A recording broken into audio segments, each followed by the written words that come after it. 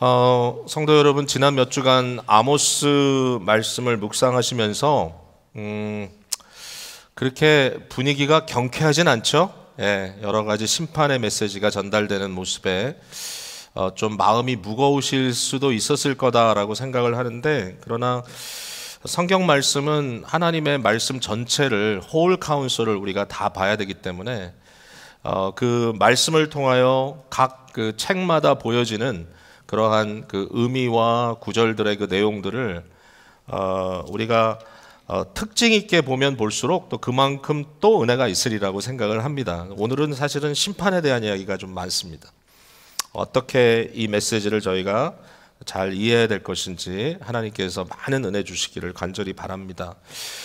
지난주에 제가 좀 언급을 했습니다마는 아모스는 주류에 속해 있던 사람이라기보다는 이제 주변에 있던 사람이었죠. 좀 마진에 있었던 사람이고, 선지자로 부름을 받았지만 이미 그 당시에 존재하고 있었던 선지자 학교, 오늘로 얘기하면 신학교 문턱도 안 가본 사람이고, 이 사람은 선지자들이나 또는 뭐 제사장들이나 시대에 아주 유명한 종교인들을 많이 배출한 그런 가문에서 자란 사람도 전혀 아니고, 그냥 일반인이고, 이분은 스스로 농사꾼이라고 얘기를 하고 목자라고 이렇게 자기 자신을 설명했어요. 이분이 살았던 곳은 북왕국 이스라엘과 남왕국 유다의 경계 지역에 있던 곳인데 조금 남왕국 쪽으로 치우쳐 있는 곳인 것 같아요. 그러다 보니까 하나님께서 그를 통하여 북왕국 이스라엘에게 예언하라고 하셨는데요, 특별히 그 중심부에 있는 왕과 그 왕을 두르고 있는 방백들과 또 그곳에 있는 모든 종교 지도자들에게 예언의 말씀을 하라고, 선지자의 사역을 하라고 보냈는데, 사실은 정말 말 그대로 아웃사이더죠. 그러니까 당연히 이스라엘의 주류에 있었던 사람들은 아모스에게 야, 좀 가라. 네가 만약에 선지자 노릇을 하려면 남쪽으로 떠나라, 다른 나라로 가라, 이렇게 이야기를 할 정도로 아모스는 좀 배척당했던 상황에 있던 사람일 겁니다. 그럼에도 불구하고 하나님께서 아모스를 이렇게 보낸 이유가 뭘까라고 저희가 생각해 보니까, 특별히 말씀에 비춰진 대로 당시에 권력의 중심부가 너무 썩었기 때문에 왕도 그렇고 왕을 주위에서 정당화시키고 있던 모든 사람들, 심지어는 종교 지도자들도 그 나라의 중심부에서 권력을 형성하고 있던 사람들이 너무나 썩었기 때문에 결국은 그 안에는 생명력도 없고 진리도 없기 때문에 그 중에 누구를 세울 수가 없고, 밖에서 사람을 데려다가 저들을 치는 말을 하게 하셨다는 게 이 아모스의 메시지라는 것을 저희가 볼 수 있죠. 자, 아모스 선지자는 여로보암 2세가 북왕국을 다스리던 시대에 예언을 했던 분이다라고 또 그것도 언급을 했는데, 여로보암 2세의 상황을 보면, 우리 성경의 역사서에 이렇게 대조해서 보면 그 시대는 북왕국 이스라엘이 영토가 확장됐던 시대입니다. 그러니까 정치적으로나 군사적으로 여로보암은 유능한 사람이었어요. 뿐만 아니라 국가의 부가 좀 팽창되었던 그러한 시기라는 거죠. 이전보다 비교적 나라가 잘 사는 듯한 이제 그러한 모습을 가졌던 그런 시대입니다. 그러니까 여로보암 2세라는 이 왕은 비교적 정치인으로 봤을 때는 상당히 잘한 사람이다라고 그 시대 사람들은 평가했을 것 같아요, 일반적으로. 그런데 문제가 많았습니다.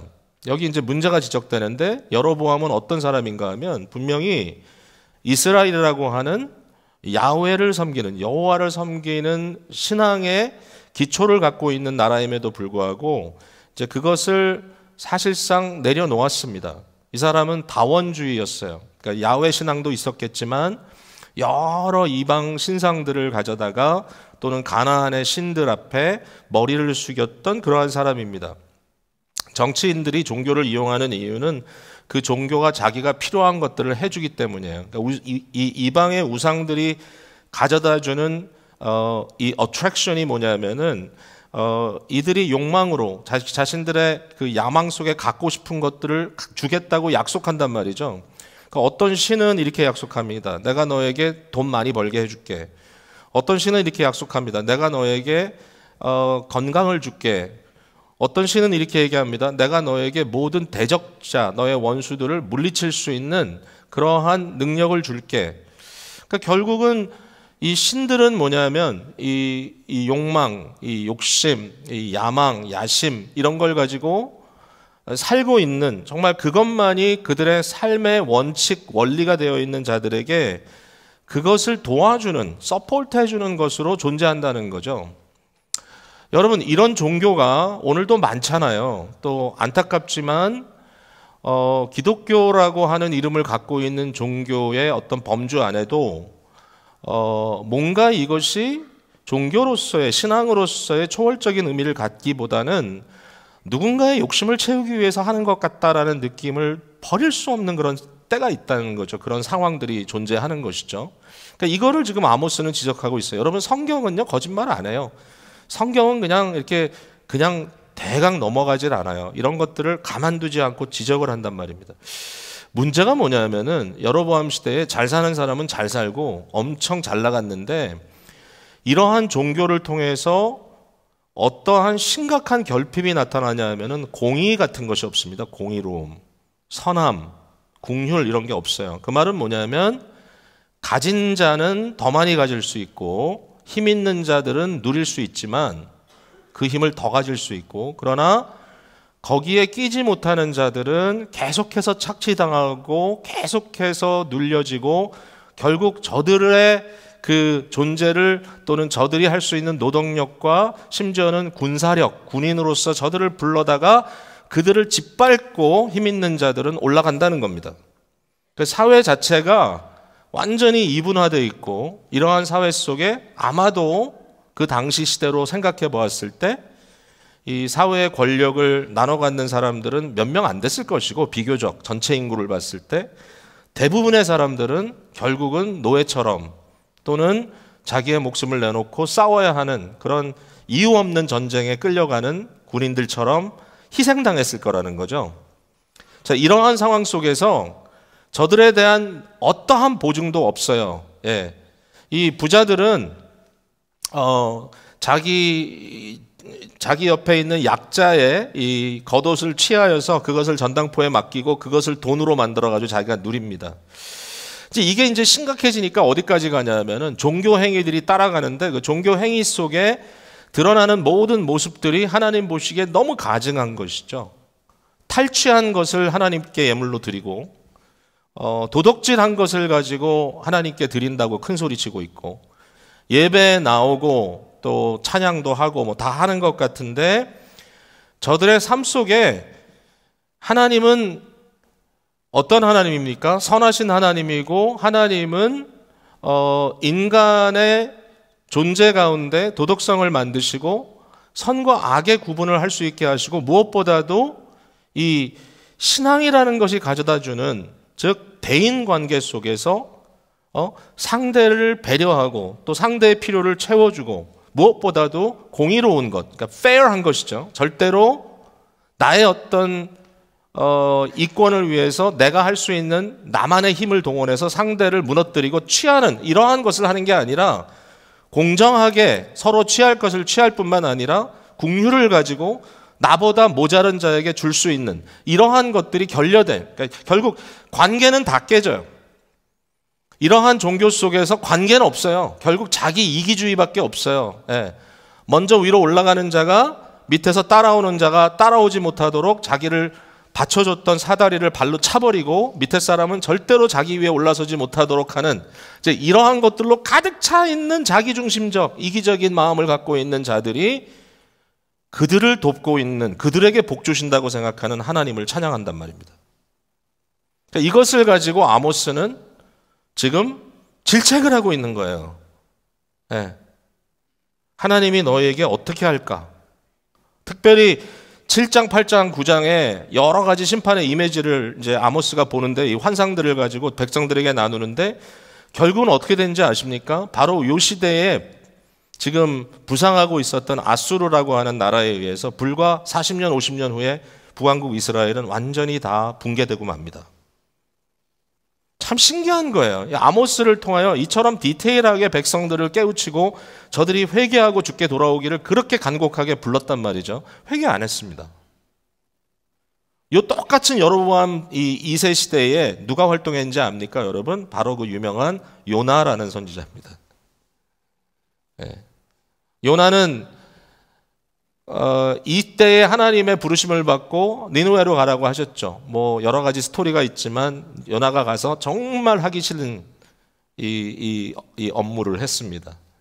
회개하라. 하나님이 40일 후에 위성을 무너뜨리겠다. 마음에 있는 얘기가 아니었죠. 왜냐하면 니느웨의 회개를 원치 않았는데 너무 놀랍게도 니느웨는 요나서에 의하면 제위에 무릎 꿇고 앉아서 회개했습니다. 하나님이 그 니느웨를 들어서 회개하지 않는 이스라엘을 쳤습니다. 이 역사가 흐른다는 것이 굉장히 신기하지 않나요? 자, 여러분, 아모스가 어떻게 뭐라고 얘기해야 될 것 같습니까? 이와 같은 이 이스라엘의 모습을 보고 하나님이 어떻게 하셔야 될까요? 어떻게 하면 좋겠어요, 여러분? 뭐가 좋을 것 같아요? 여러분, 그냥 가만 놔두면 좋을까요? 그냥 뭐 다 살자고 하는 건데 그냥 두시지 뭐 그걸 구태여 하나님께서 추궁하시나? 하나님은 공의의 하나님이시잖아요. 예. 자기 스스로를 위하여 말하지 못하는 사람들이 말 한마디 못하고 무너져 갈 때, 그들이 죽임당할 때, 그들이 짓밟힐 때 그들의 신음소리를 하나님은 들으시잖아요. 하나님은 공의를 버리지 못하시잖아요. 하나님은 모든 것을 다시 찾으시잖아요. 특별히 이제 9장으로 넘어가면서 이스라엘을 향한 심판에서부터 9장으로 넘어가면서 전 우주적인 심판으로 넘어갑니다. 오늘 이미지는 굉장히 우주적입니다. 이것은 모든 사람을 심판하시는 것을 보여줘요. 자, 그래서 오늘 메시지의 첫 번째 포인트가 있다면 이것은 세상 모든 사람들은 하나님의 심판 앞에 선다는 거예요. 모든 사람은. 아모스에서 이게 맥센스 합니다. 왜냐하면 아모스 1장에 보면은 하나님께서 이스라엘을 질책하시기 전에 이스라엘 주위에 있는 나라들을 하나씩 불러 그 모든 민족들을 하나님께서 심판하시겠다고 말씀하셨어요. 전 세상 모든 사람들을 심판하시는 하나님.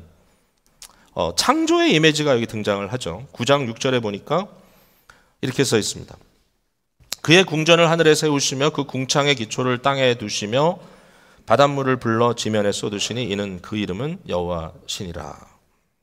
이 이미지는 창세기 1장과 2장 4절까지 가는 그 천지 창조의 그 오리지널한 이미지를 그대로 여기서 한 절로 서머라이즈 해주고 있어요. 하나님께서 온 우주를 지으십니다. 그 기초를 놓으시고 틀을 놓으시고 거기에 모든 내용을 채우시죠. 그래서 이 천지 창조를 우리가 이렇게 표현할 수 있어요. 하나님께서 하나님의 궁궐을 지으셨다. 온 우주를 하나님의 궁궐로, 하나님의 성전이라고 말할 수도 있겠죠. 우주적 성전, 이 코스믹 템플로 지었다. 안식일이라고 하는 날을 설정하시고 이제 그날의 개념은 결국 그가 완성시킨 이 창조, 완성시킨 그의 이 궁궐, 그의 이 우주적 성전의 보좌에 앉으시는, 그리고 그의 발을 땅 위에 올리시는 이러한 이미지죠. 이사야 66장에 하늘은 나의 보좌요 땅은 나의 발판이다. 그 개념입니다. 그의 궁전을 하늘에 세우시고 그 궁창, 기초를 땅에 두셨다. 하늘과 땅을 창조하신 하나님이 온 우주에 거하시는 이 우주적 존재로, 유일하신 왕으로 이 거하시는 그러한 모습을 여기서 그려지고 있어요. 그리고 나서 그 윗부분에 있는 내용을 보면 이와 같은 창조, 하나님께서 세우신 이 궁전이 기초부터 흔들리는 그런 모습을 보여줍니다. 1절에 보니까 내가 보니 주께서 제단 곁에 서서 이르시되 기둥머리를 쳐서 문지방이 움직이게 하며 그것으로 부셔져서 무리의 머리 위에 떨어지게 하라. 그러니까 뭔가 견고하게 세워진 것 같은 건물이 지금 무너지고 있어요. 여기에 제단 곁에 섰다는 말을 보면 이제 이것은 성전의 개념입니다. 성전의 개념. 어떤 분은 이것을 이방 그 제단이라고 하는데 저는 이 전체적인 흐름으로 봤을 때 이것은 좀 우주적인 그림을 보여주고 있다. 온 세상을 성전으로 지으시고 그 성전을 떠받치고 있는 그 기둥들을 쳐서 결국은 모든 것이 흔들거리며 막 위태위태하게 넘어지는 그 모습이죠. 정말 온 우주가 이 하나님의 진노 앞에 서는 것. 결국 이 앞에 결과는 뭐냐면은 그 중에 한 사람도 도망하지 못하리라. 한 사람도, 단 한 사람도 피하지 못하리라. 2절에 보니까 그들이 파고 스올로 들어갈지면, 스올은 이제 무덤입니다. 땅입니다. 땅을 파고 들어간다 할지라도 내가 그들을 붙잡아 낼 것이고, 하늘에 올라간다 할지라도 붙잡아 내릴 것이고, 높은 산꼭대기에 숨을지라도 내가 찾을 것이고, 바다 밑에 들어갈지라도 내가 너를 캐치업할 것이다. 너희가 어디로 간다 할지라도 내가 너를 찾아 심판할 것이다. 여러분 가끔 뭐 전쟁 영화 보면은 또 어떤 분들 경험해 보면은 막 전쟁통에 막 죽이고 살리고 하는데 다 죽은 막 전멸하는 그런 순간에 어떤 사람은 죽은 척하고 가만히 있다가 사는 사람이 있다고. 아무도 그럴 수가 없다. 하나님의 심판 앞에 어느 하나도 대강 넘어갈 수가 없다. 여러분 오늘 우리에게 이것이 무엇을 시사합니까? 히브리서 9장 27절에 한 번 죽는 것은 사람에게 정해진 것이요 그 후에는 심판이 있으리니. 이 자리에 계신 우리 모두도 저를 포함해서 어느 한 사람도 하나님의 궁극적인 심판을 피할 수가 없어요. 하나님의 심판은 모두에게 임해요. 어느 누구도 대강 넘어갈 수가 없어요. 그러나 하나님은 완전하게 공의로운 하나님이시기 때문에 그의 심판 앞에 어느 누구도 페어하지 않다고 따질 사람도 없을 겁니다. 하나님의 온전히 공정하신 심판, 하나님의 온전하신 불꽃 같은 눈으로 보시는 그 거룩한 심판 앞에 누가 설 것이냐? 네? 당연히 다 멸망하겠죠. 다 무너지겠죠. 오직 하나님께서 그의 백성으로 취하신 자들이 구원자 되시는 그리스도 예수를 통하여 죄 씻음을 받고 그리스도 예수의 사람으로 십자가를 통하여 다시 살아가는 일 외에는 이 심판을 면할 길이 없어요. 아니면 이 심판을 통과할 길이 없어요.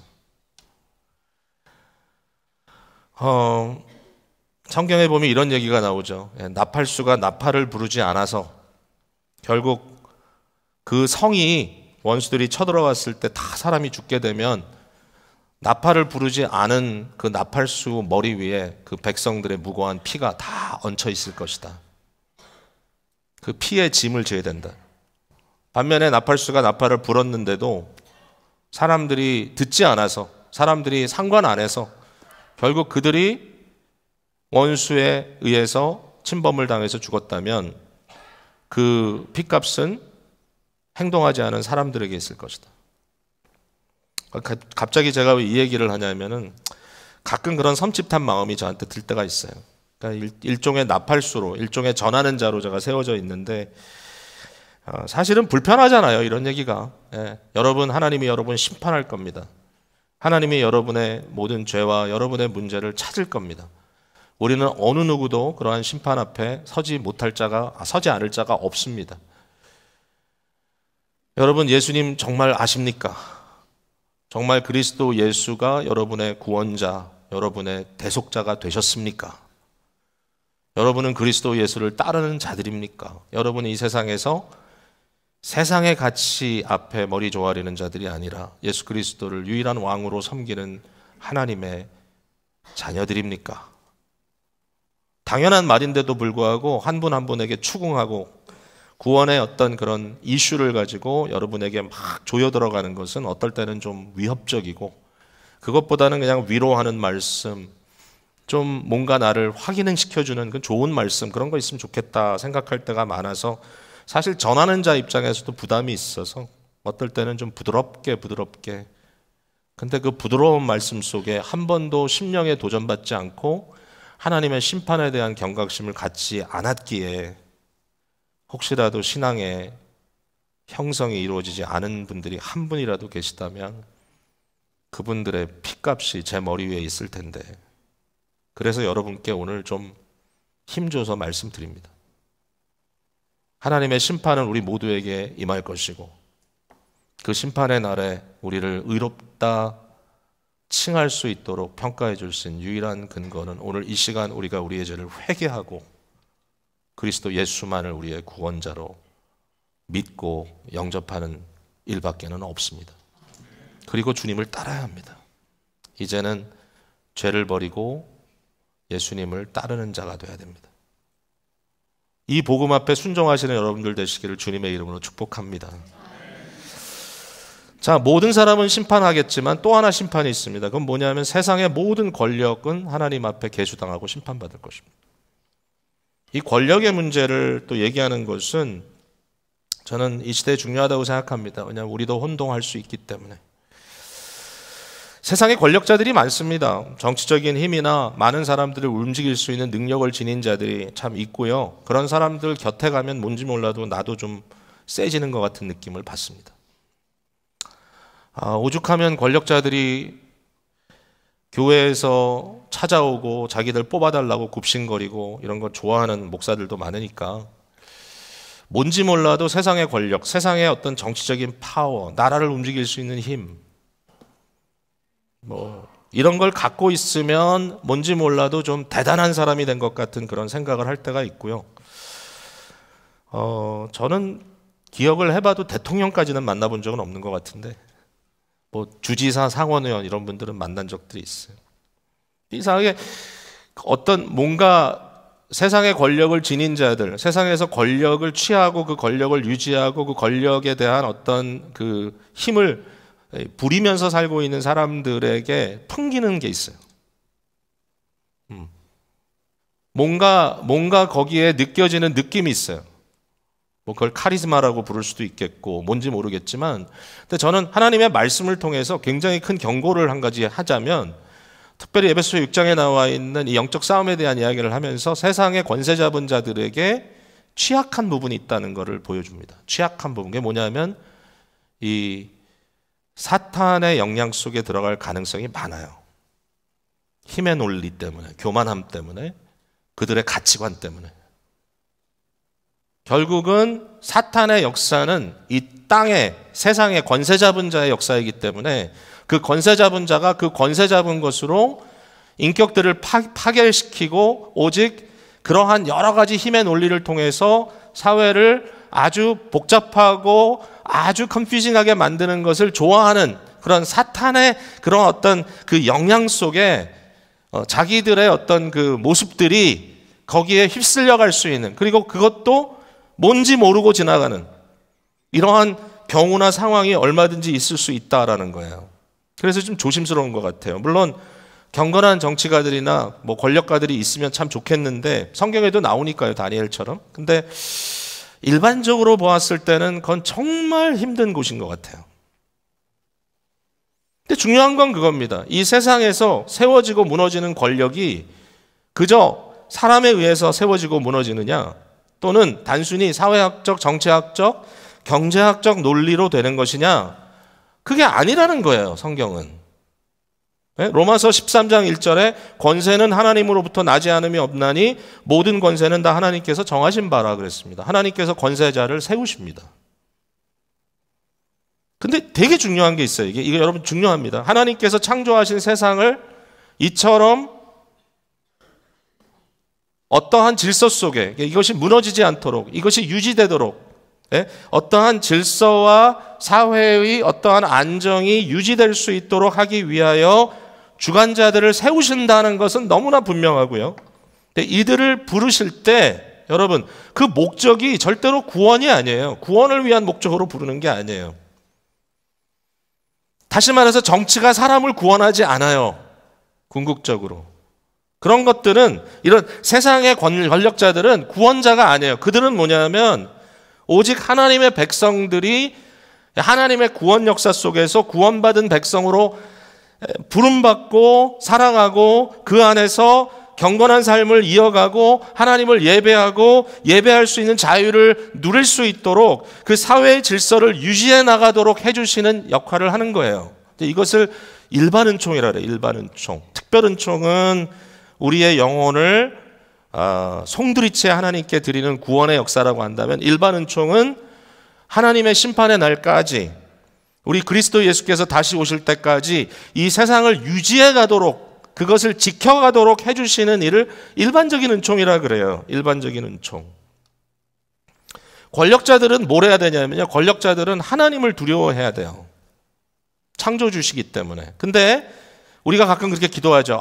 우리 미국의 대통령이 또는 한국의 대통령이 하나님을 경외하는 하나님의 종이 되게 해달라 그러는데, 한편은 하나님의 종이에요. 하나님이 세운 거니까. 그러나 그들이 하나님을 두려워하는 것은 그들에게 구원받을 만한 어떠한 지식이 있기 때문은 아니에요. 그들이 신자이기 전에는.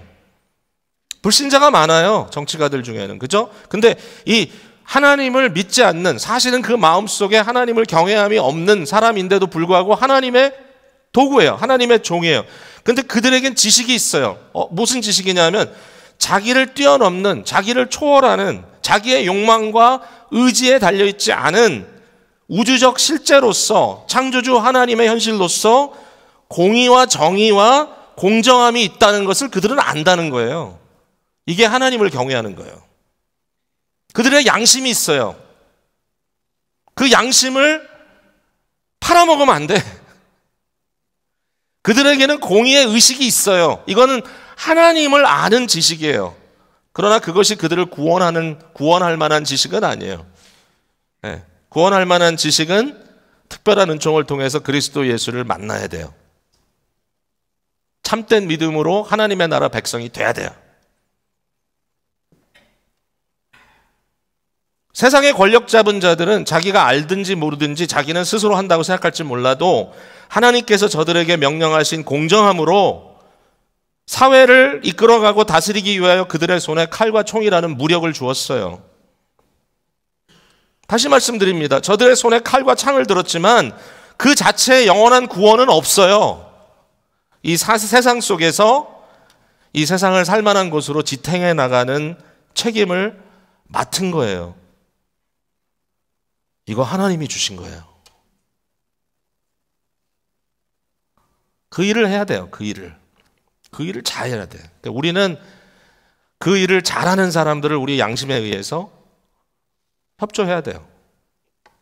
잘하도록. 다니엘서의 느부갓네살 왕이 바벨론의 왕이잖아요. 꿈을 봅니다. 이 환상을 보는데 그 환상 속에 거대한 신상을 보죠. 다니엘이 그 꿈을 해석해 주죠. 이 거대한 신상에는 여러 제국들이 거기에 나타납니다. 다니엘이 얘기합니다. 금머리는 당신, 바로 바벨론입니다. 그러나 당신의 나라가 다 했을 때 메대와 페르시아가 일어날 것인데 그들은 가슴과 같고 아랫배는 헬라가 일어날 것이고 그리스가, 그 다음에 철과 같은 강렬한 제국이 일어난다 그랬죠. 로마. 그리고 이후에 분열된 제국으로 이어지는, 결국은 그 신상 안에 그 고대 사회의 모든 역사를 한 줄로 풀어내는 이 왕국들의 모습이 담겨져 있어요. 이 위대한 제국들을 하나님께서 주관하신다. 여러분, 그 안에 주권자들도 있습니다. 느부갓네살이라고 하는 바벨론의 왕이 있습니다. 느부갓네살은 실제로 바벨론 제국을 일으킨 사람이죠. 다니엘서에 의하면 그도 하나님을 알게 됐습니다. 그에게 구원할 만한 믿음이 있었는지 모르겠어요. 그러나 하나님이 자기를 주관한다는 사실을 알게 되고 마치 큰 거목이 쌀뚝 잘린 것처럼 느부갓네살의 정신세계를 붕괴시켰을 때 그는 겸손히 창조주 하나님을 바라보는 자가 되었던 기억이 있습니다. 바로 메대를 일으켰던 왕은 다리오 왕이고 그 다리오 왕은 다니엘을 통하여 하나님에 대하여 들었습니다. 페르시아를 일으킨 왕은 고레스 왕이고 그 고레스는 하나님의 명령에 따라 이스라엘 백성들을 예루살렘으로 복귀하게 명령했습니다. 헬라의 알렉산더 대왕도 예루살렘까지 와서 하나님의 위대함에 대해서 들었습니다. 로마의 가이사들, 결국은 로마를 하나님 앞에 복종시켰던 컨스탄틴이라고 하는 대제에 이르기까지 이 모든 주관자들, 컨스탄틴 자체도 이제 심각한 문제가 있습니다가 나중 얘기고, 어쨌든 이 모든 주관자들이 하나님의 사용 안에 있었다라는 것이죠. 그러나 성경은 뭐라고 말씀하냐면 이와 같은 소위 위대한 이 자들, 이 영웅, 호걸들, 이런 사람들의 이 왕국, 이러한 나라들이, 이 정치적인 왕국들이 궁극적으로 역사의 목적지는 아니다라는 겁니다. 세워지고 무너지고 세워지고 무너지고 세워지고 무너지고, 이것은 하나님의 구원의 역사가 완성되기까지 하나님께서 사용하는 그릇일 뿐이라는 거죠. 이방인의 수, 즉 구원받을 자들의 수가 찰 때까지 하나님은 이들을 통하여 세상을 유지해 가시겠다는 겁니다. 저들이 하나님께서 주신 목적, 사명에 따라 권력을 사용하지 않고 오직 자신의 죄악된 욕망과 헛된 야망과 개인적인 그런 욕심에 따라간다면 하나님은 저들을 무섭게 심판하겠다고 예고하셨습니다. 우리도 마찬가지입니다.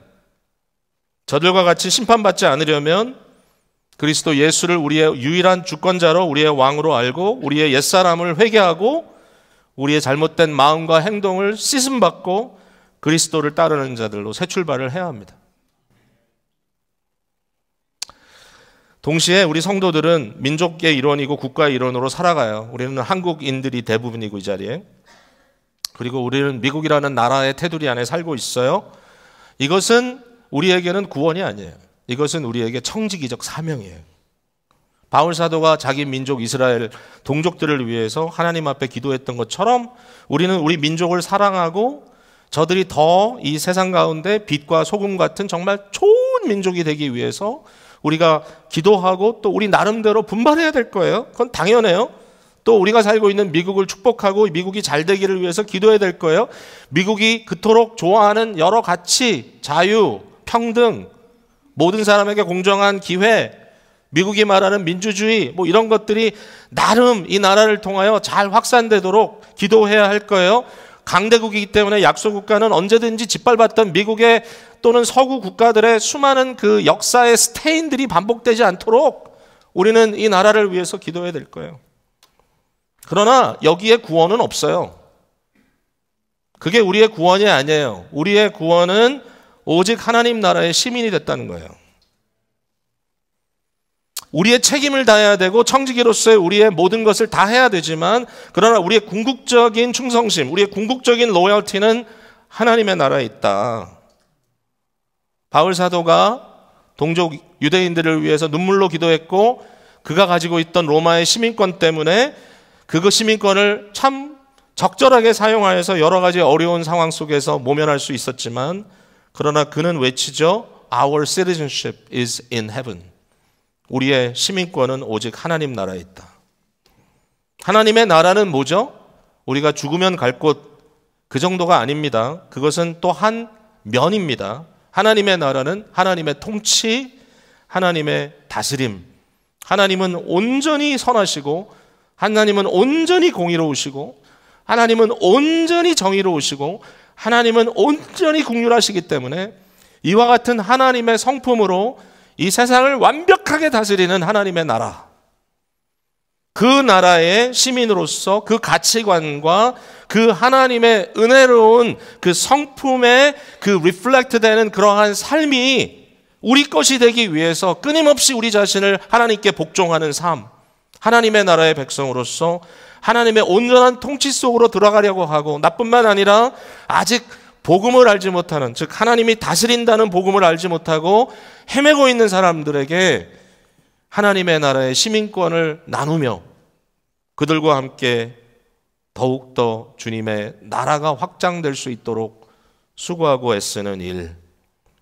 여러분, 이 세상의 가치관은 정말 보잘것없습니다. 기껏해야 잘 먹고 잘 사는 일이고 몇 명만 잘 먹고 잘 사는 일입니다. 일반적으로. 그러나 세상의 가치관에 따라 약자와 강자가 결정되는 이 판도 속에도 하나님의 나라는 선포합니다. 양과 사자가 함께 뛰놀고 어린아이가 독사굴에 손을 넣어도 해하지 않는다고. 우리는 이 꿈을 꿉니다. 우리는 이와 같은 하나님 나라의 대사들로서 이 세상을 향하여 선지적인 목소리를 가지고 선포하는 것입니다. 우리에게 소망이 있습니다. 그 소망은 하나님의 나라입니다. 결국은 하나님의 나라가 완성될 것이다. 결국은 하나님의 나라가 완성될 것이다. 그게 아모스의 꿈입니다. 비전이고요. 오늘 본문 11절에 그날에 내가 다윗의 무너진 장막을 일으키겠다 그랬습니다. 그날에 굉장히 중요한 트랜지션이죠. 그날에 in that day 내가 다윗의 무너진 장막을 일으키고, 여기 장막이라는 표현이 좀 재밌습니다.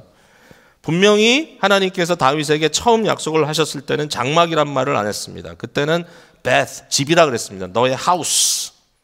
내가 너의 집을 세우겠다. 너의 왕 위를 견고하게 하겠다. 너로 하여금 다이내스티가 일어나게 하겠다. 너의 아들을 내가 세우겠다. 이 집이라는 말을 썼는데 여기는 수카트라고 하는 말을 썼습니다. 이 말은 뭐냐면 말 그대로 그냥 나무 쪼가리를 갖다 지은 장막입니다. 장막 또는 뭐 영어로 하면 허트 같은 거, 그냥 대강 엮어놓은 그런 집의 모양은 갖고 있지만 사실은 굉장히 부실한 거죠. 저는 여기에 아모스가 이 단어를 쓰고 있는 이유가 있다고 생각합니다. 그러니까 다시 말해서 무너진 장막, 이 무너진 다윗의 이 허트는 결국은 구약의 옛 언약을 의미하겠죠. 옛 언약의 그 과정 속에는 다윗에게 주어진 약속이 사실은 올바로 실현되지 않습니다. 거기에는 틈이 있고 거기에는 허물어진 것들이 있어요. 도리어 이것을 하나님의 나라로, 하나님의 그 집으로, 하나님의 우주적인 궁궐로 세우시는 일, 결국 그 일을 하나님께서 하신 거죠. 어떻게 하셨습니까? 진정한 왕 되신 그리스도 예수를 이 땅에 보내신 사건이 그 출발입니다. 마태복음 1장 1절에 아브라함과 다윗의 아들 예수 그리스도의 계보라. 다윗의 집을 지어나가시는 하나님. 근데 그것이 단순히 다윗의 집이 아니라 그리스도 예수를 통한 우주적 집, Cosmic Palace, 그리고 그것을 통하여 궁극적으로 새 예루살렘이라고 하는 하나님의 나라가, 하나님의 모형, 나라의 모형이죠. 하나님의 온전한 하나님의 성전으로 되어 있는 도시, 거대한 하나님의 나라가 요한계시록 마지막 장에 하늘로부터 내려오는. 여러분, 그리스도께서 그 일을 이루시기 위하여 이 땅에 오신 그리스도는 전혀 그런 모습이 아니었죠. 처음에 그는 궁궐에서 태어나지 않으시고 짐승들이 사는 그런 장소에서 태어나셨습니다. 그는 부요한 왕자가 아니었고 그는 목수의 아들 가난한 자였어요. 그는 가난과 고통과 질고를 아는 자였어요. 아마 많은 질병도 겪으셨을 겁니다. 그리스도 스스로가. 그리스도가 이 세상에서 사역하실 때 그는 홈레스 같이 사셨습니다. 집과는 거리가 멀어요. 그러나 그 그리스도를 우리의 구주로 삼으셨습니다. 그 그리스도께서 그렇게 오신 이유는 십자가를 지기 위함이었고 우리의 죄의 대속물이 되기 위함이었어요. 십자가를 지신 그리스도께서 묻히신 무덤조차 그의 집이 아니었어요. 어느 부자의 무덤을 빌려서 들어갔어요. 그러나 이와 같은 그리스도를 다시 부활시키신 하나님께서는 그를 우주적 팰러스, 하나님 보좌 우편에 앉게 하시고 하늘과 땅을 지배하는 왕 중의 왕으로 세우십니다. 우리의 주님입니다. 그리스도 예수. 그는 하나도 변하지 않으셨습니다. 오직 그의 위상이 과거에 그를 만났던 사람들이 보았던 모습과는 다를 뿐, 부활하신 그리스도는 영원히 공의롭고 긍휼하시고 자비하시고 우리의 신음소리도 들으시고 우리의 아픔을 어루만지시고, 그는 세상의 모든 권력과 힘을 쥐신 분이지만 그 모든 것을 통하여 약자를 짓누르고 그 안에서 자기 자신을 증명하는 일을 하는 것이 아니라 자기 자신을 온전히 내어주시기까지 섬김의 자리로 내려가 주셨던 분이십니다. 우리의 참된 왕, 도대체 그리스도가 어떤 분이었기에 그리스도를 만난 사람마다, 이 세상에서 그를 만난 자들, 그를 알게 된 자들은 이야말로 하나님이 사람이 되어 오신 것이다라고 말씀했을까요?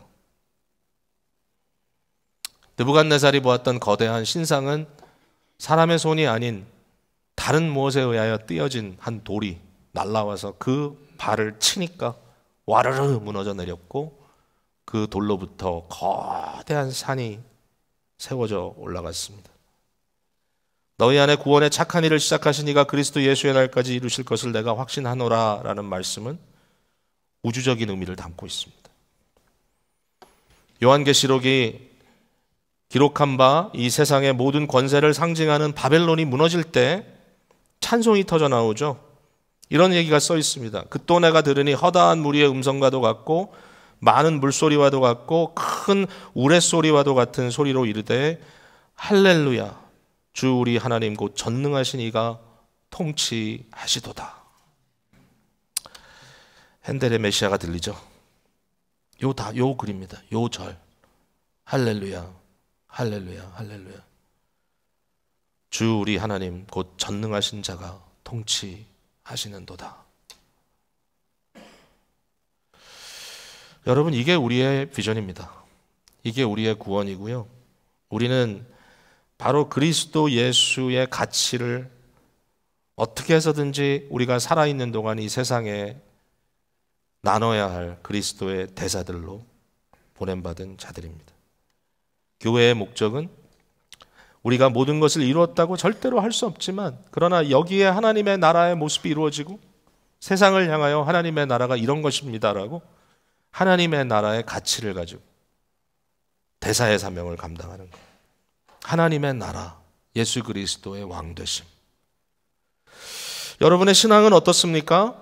그냥 편하게 가다가 나 혼자 구원받으면 된다고 생각하시나요? 아니면 여러분의 삶을 통하여 많은 사람들이 그리스도 예수의 공의와 사랑으로 복되게 되기를 원하시나요?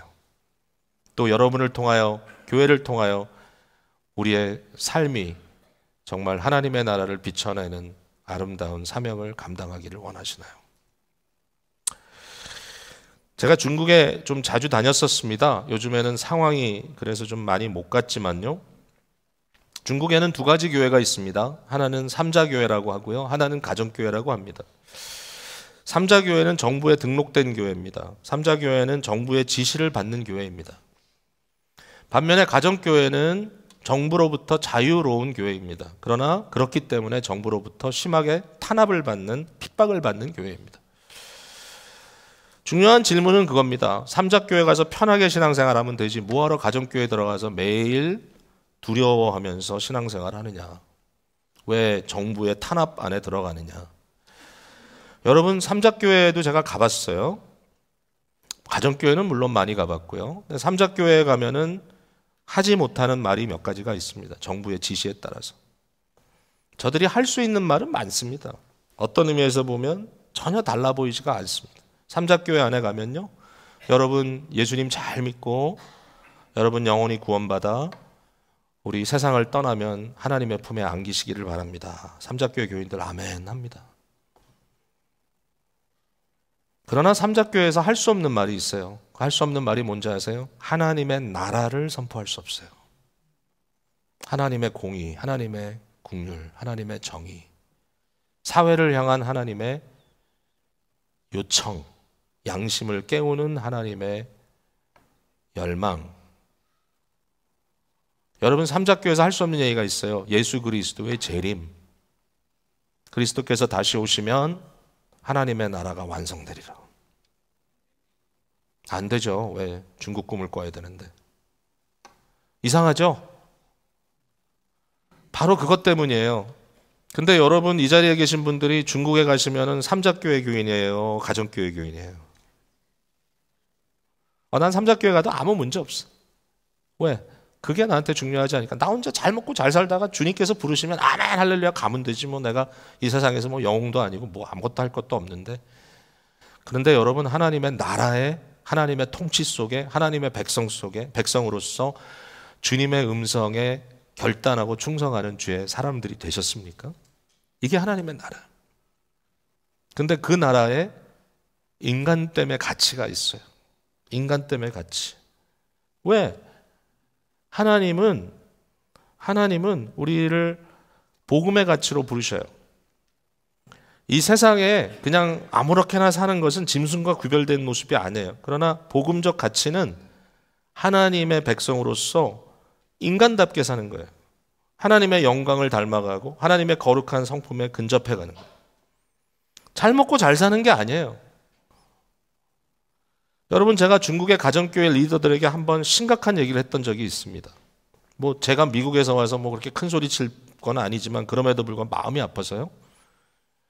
제가 중국 교회를 섬겼던 한 10년, 15년, 뭐 거의 한 20년의 시간 동안에 중국의 도시의 가정교회가 얼마나 빨리 변하는지, 그 변해진 중심에는 도시교회가 부유해졌다는 거예요. 중국 교회가 잘 먹고 잘 살기 시작했어요. 가정교회들이. 그러다가 이제 지금 시진핑에 의해서 호되게 지금 막고 있어요. 중국의 도시교회가 부유하기 시작했을 때 저는 중국의 리더들에게 이렇게 얘기했어요. 중국의 가장 무서운 대적은 무신론 사상을 지닌 또 이 물질 만능주의, 물질주의를 가지고 있는 그러한 공산당만이 아니다. 더 심각한 것은 돈이라고 하는 만문이 가정교회도 우상이 될 것이다. 너무 가슴 아픈 일이지만 선교사도 목사도 돈에 목줄이 끼어지는 것을 직접 목격하면서 도대체 여기에 복음은 무슨 역사를 하고 있는가? 또 이렇게 얘기하다 보면 또 한참 얘기하면 빨리 끝낼게요.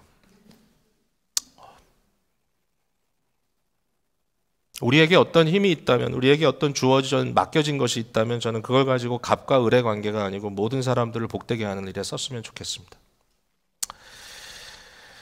할 얘기를 끊겠습니다.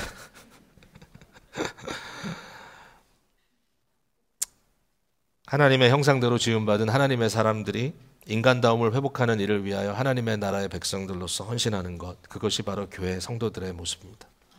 주님의 은혜가 우리 가운데 넘치기를 우리 주 예수 그리스도 우리의 왕의 이름으로 축복합니다. 기도하겠습니다.